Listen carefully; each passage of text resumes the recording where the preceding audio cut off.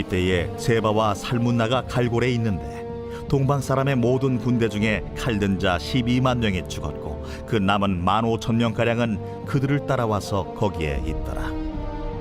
적군이 안심하고 있는 중에 기드온이 노바와 욕부와 동쪽 장막에 거주하는 자의 길로 올라가서 그 적진을 치니 세바와 살문나가 도망하는지라. 기드온이 그들의 뒤를 추격하여 미디안의 두 왕 세바와 살문나를 사로잡고 그 온 진영을 격파하니라.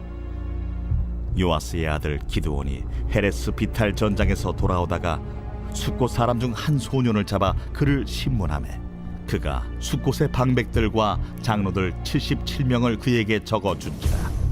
기드온이 숫곳 사람들에게 이르러 말하되 너희가 전에 나를 희롱하여 이르기를 세바와 살문나의 손이 지금 내 손 안에 있다는 거냐?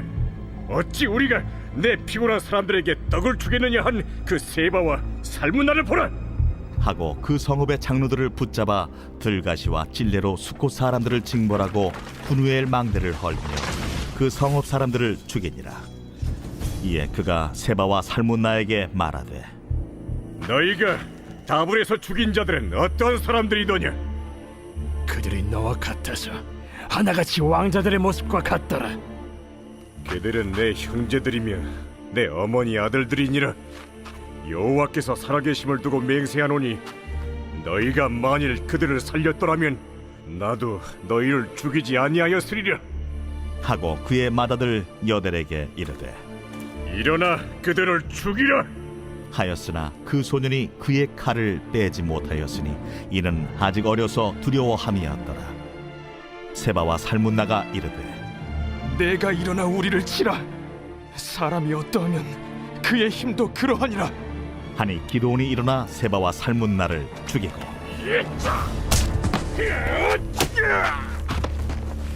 그들의 낙타목에 있던 조승달 장식들을 떼어서 가지니라.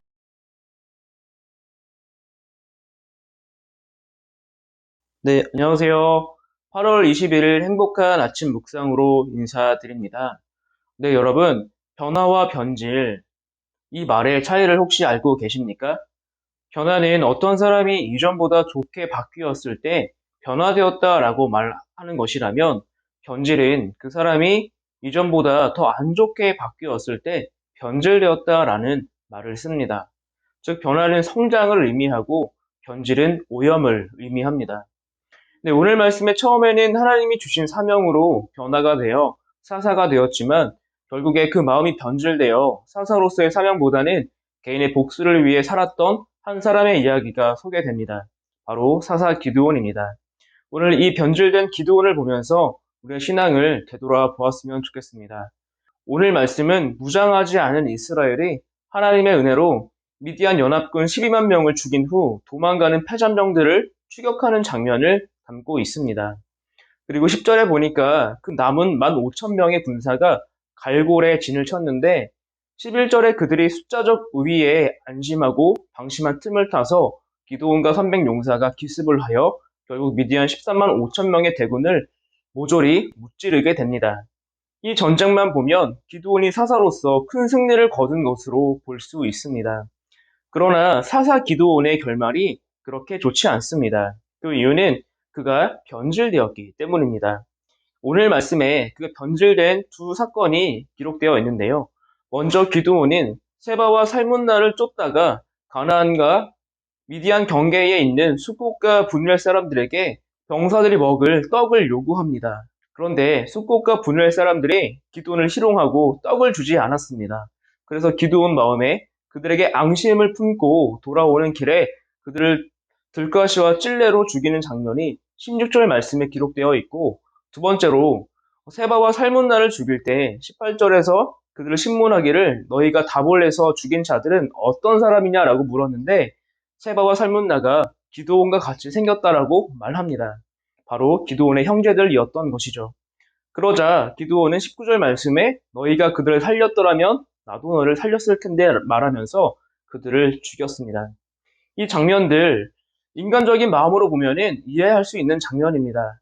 같은 동족이긴 하지만 전쟁에 방해가 되는 사람들을 처단한 것이 크게 문제가 되지 않을 수 있고 이스라엘의 원수 세바와 살문나를 죽이는 건 역시 마땅히 해야 할 일이었습니다. 그러나 그가 감당하는 사사로서의 직분으로는 도저히 이해할 수 없는 행동입니다. 이유는 이 전쟁은 하나님의 전쟁이기 때문이죠. 이 전쟁은 이스라엘이 가나안을 정복하는 전쟁과 같은 전쟁이었기 때문에 사사로운 감정이나 복수심이 섞여서는 안 되는 전쟁이었던 것입니다. 그래서 하나님은 이것을 알게 하기 위해서 숫자를 계속적으로 줄이셨던 것입니다. 그런데 전쟁이 끝나고 나니까 하나님이 기억되는 것이 아니라 기드온과 300용사만 기억되는 상황이 초래되는 것이죠. 여러분, 이스라엘 백성들이 누구를 두려워해야 합니까? 하나님을 두려워해야 합니다. 그런데 숫곳과 분회를 친 누구를 두려워하게 되었습니까? 기드온을 두려워하게 되었습니다. 사랑하는 성도 여러분, 우리의 시작이 하나님이시기 때문에 그 마침도 하나님이 되시기를 소망합니다. 기드온은 그의 시작이 하나님이셨습니다. 물론 그의 삶이 처음에는 아니었을 수 있었지만 그가 사사로 부름받았을 때에는 다 하나님의 인도하심으로 그가 큰 용사가 될 수 있었습니다. 하나님께서 그를 용사로 부르시고 그에게 역할도 주시고 믿음도 주시고 싸우게 하시고 승리케 하시는 모든 것들이 하나님으로부터 온 것인데 나로 마무리되면 안 되겠죠. 하나님께서 동일하게 나를 부르시고 하나님의 일 가운데 우리를 사용하시기 위해 쓰시고 그래서 우리의 가정과 직장과 교회를 통해서 하나님께 영광 돌리는 사람들로 세워주셨는데 우리가 그렇게 시작해서 끝내는 나 스스로에게 영광을 돌리는 그런 어리석은 마침표를 찍지 마시기 바랍니다. 그래서 우리는 언제든지 하나님께 초점을 맞출 수 있어야 합니다. 갈라디아서 3장 3절 말씀에 보면 이런 말씀이 있습니다. 너희가 이같이 어리석으냐? 성령으로 시작하였다가 이제는 육체로 마치겠느냐? 여러분, 결코 그럴 수는 없겠죠. 우리는 성령으로 시작된 사람들입니다. 우리가 하나님 없이 살아가는 사람이 아니라 하나님께 붙들린 사람으로, 하나님께 부름받은 사람으로 나아가야 되는 줄 믿습니다. 이 믿음이 결코 흔들리지 않는 천안침례교회 모든 성도님들 되시기를 축복합니다. 제가 기도하겠습니다. 사랑해 주님 감사합니다. 아버지 하나님, 처음에는 귀한 하나님의 뜻을 받들어 세움받았던 사사 기드온이 나중에는 사사로운 욕심과 개인적인 복수로 인해서 결국 하나님께 영광을 돌리기보다 자기의 영광을 취하는 것들을 이 시간 발견하게 됩니다. 아버지 하나님, 우리의 시작이 성령님으로 인해 시작됐음을 고백합니다. 우리의 모든 마지막도 하나님이 되게 도와주시고 하나님만 고백하며 섬길 수 있는 우리가 되게 도와주시옵소서. 마음 가운데 연약함으로 말미암아 내가 높아질 때 하나님 잠재워 주시고 역사해 주시어서 온 삶 가운데 하나님만 높이고 영광 돌린 삶 가운데 나아가는 우리 모두가 되기를 소망하오며 감사드리며 예수님의 이름으로 기도합니다. 아멘.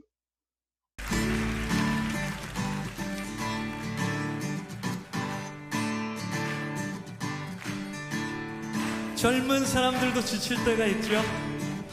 혹시 벌써 지치지 않으셨겠죠? 젊은이라도 넘어지고 지치고 성경에 자빠진다는 말도 있더군요. 그럴지라도 오직 여호와를 앙망하는 자는, 하나님을 사랑하고 하나님을 기다리는 자는 새 힘을 주실 것이라고 말씀하십니다. 아멘. 독수리가 날개치며 올라감과 같은 새 힘을 주실 것입니다. 그렇게 믿으십니까? 우리를 새롭게 하시는, 우리에게 새 힘 주시는 여호와 하나님을 바라보십시다. 할렐루야. 주를 안보하는 자 올라가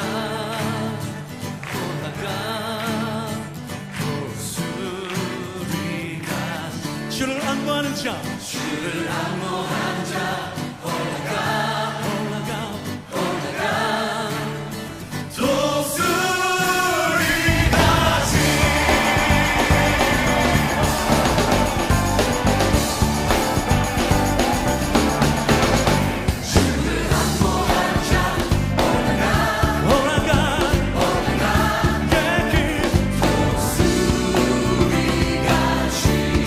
기뻐